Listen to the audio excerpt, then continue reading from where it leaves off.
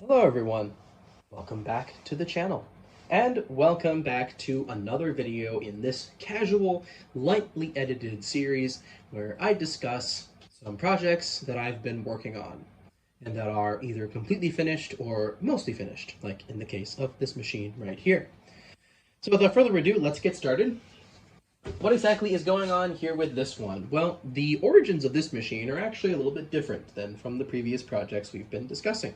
In the previous videos, we've been showcasing systems that basically start from the perspective of a single piece or machine that can't serve the life that it previously served and needs a new purpose.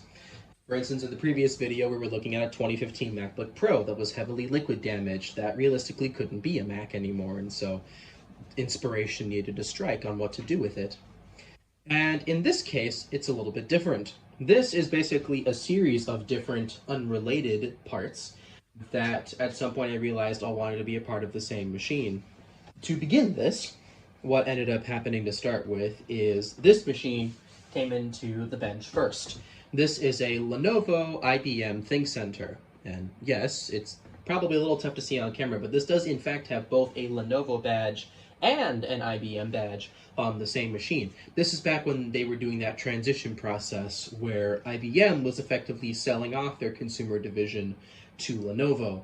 And I didn't know this until I procured this machine, but there was a time period where both badges were on the same hardware, which is funny to see.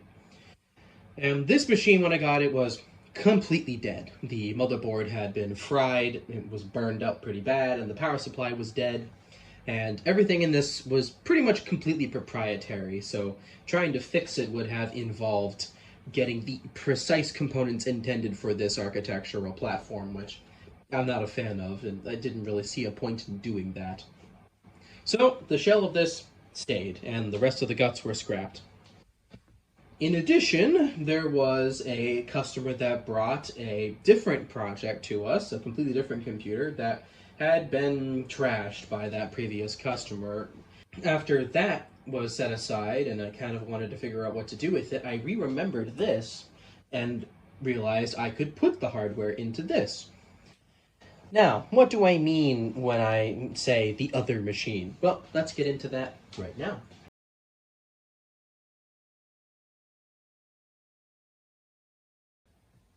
What you see before you is an HP Pavilion laptop from around 2016, 2017 or so. It's running an i3-6100U, which is a 2-core, 4-thread part. It's running 4 gigabytes of RAM in dual channel, and it's running a 120 gigabyte SATA SSD with integrated graphics on board. And that's pretty much it. It's basically a laptop shell rehoused into a desktop computer. It is surprisingly functional and works pretty well, and it fits the vibe of this pretty nicely. And the reason for that is because of the operating system I chose to use.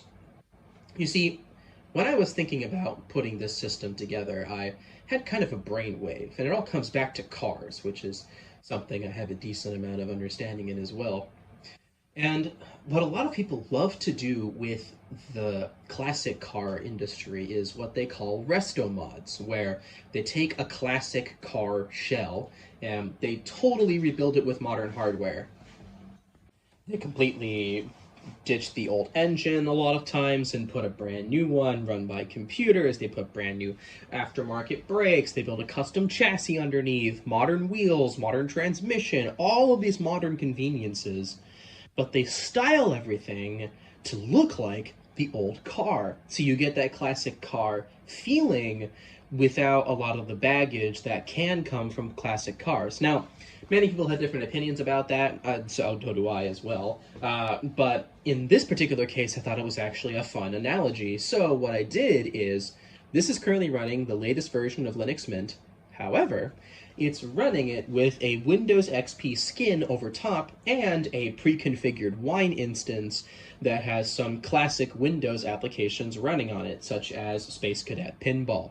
And that creates a really fun situation where This becomes a retro system that gives people a lot of the feeling of the old operating system they grew up with, but with modern conveniences like modern browser support and much better stability and compatibility with newer hardware.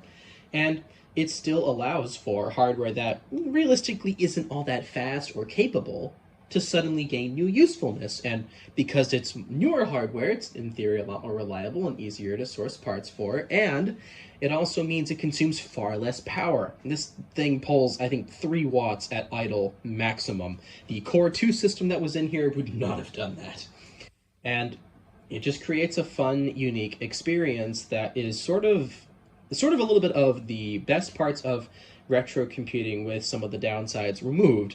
Now, obviously, it's not necessarily a real experience, right? It's sort of a forgery or a fake, a facsimile, much in the same way that those modern retro consoles are, right? But you can turn it on every single day and it'll just work, which I would argue is also still somewhat true of a lot of hardware that's XP era, but can definitely be not true of other things as well.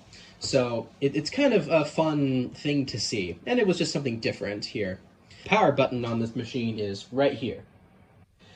So that means, yes, you do have to open it every time you want to turn it on, which isn't the most convenient thing in the world, but that's just the way it had to be. That's where the power button was on the original machine, and the cable is very small, and it's almost impossible to solder wires onto it, so that's just how it had to go.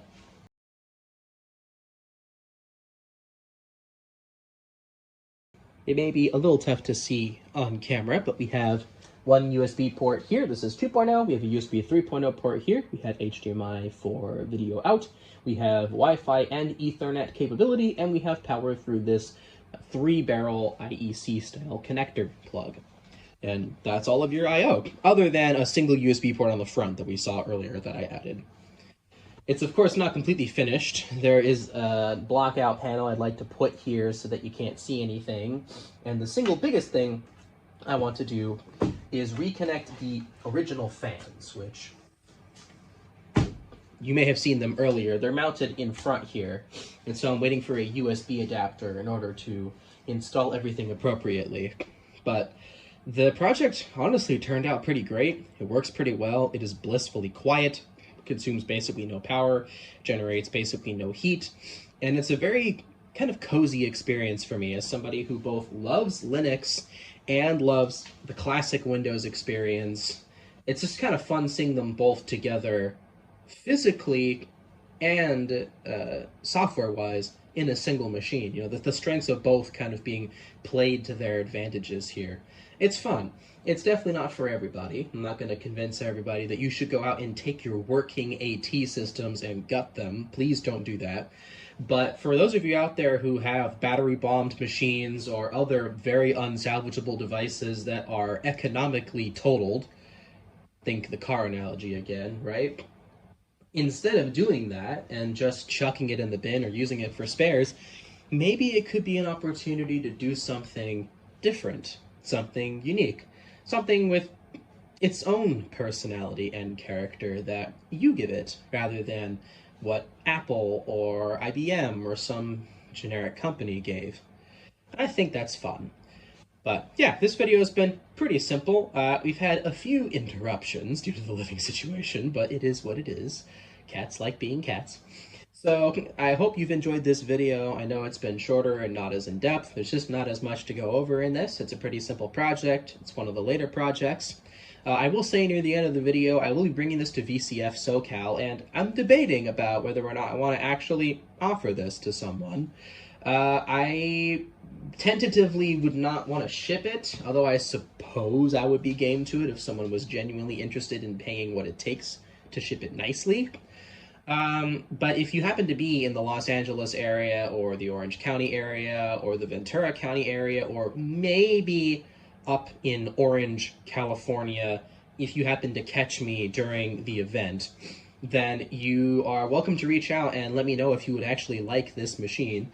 And, you know, obviously once you have it, you can do whatever you want with it, but I will be honest, I will be a bit bummed if I give this to somebody that ends up tearing it apart, right? It would be really cool to find somebody who really wants it the way that it is, but there's only so much you can do about that, you know. I'm not going to try and have them write some kind of NDA or contract. Oh, you cannot take this apart.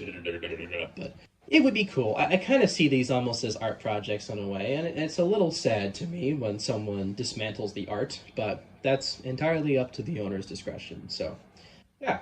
Until then, I will continue to be a caretaker of this machine. It will probably continue to fire up reliably every single time, as every single one of these continues to do, which praise Jesus for that. I've talked to a lot of tech people where that is not common. So I'm very grateful for that. I'm very thankful for that. I thank the Lord all the time that I very rarely ever deal with reliability issues with any of my projects.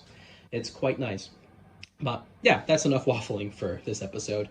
Thank you guys very much for watching, and until next time, goodbye.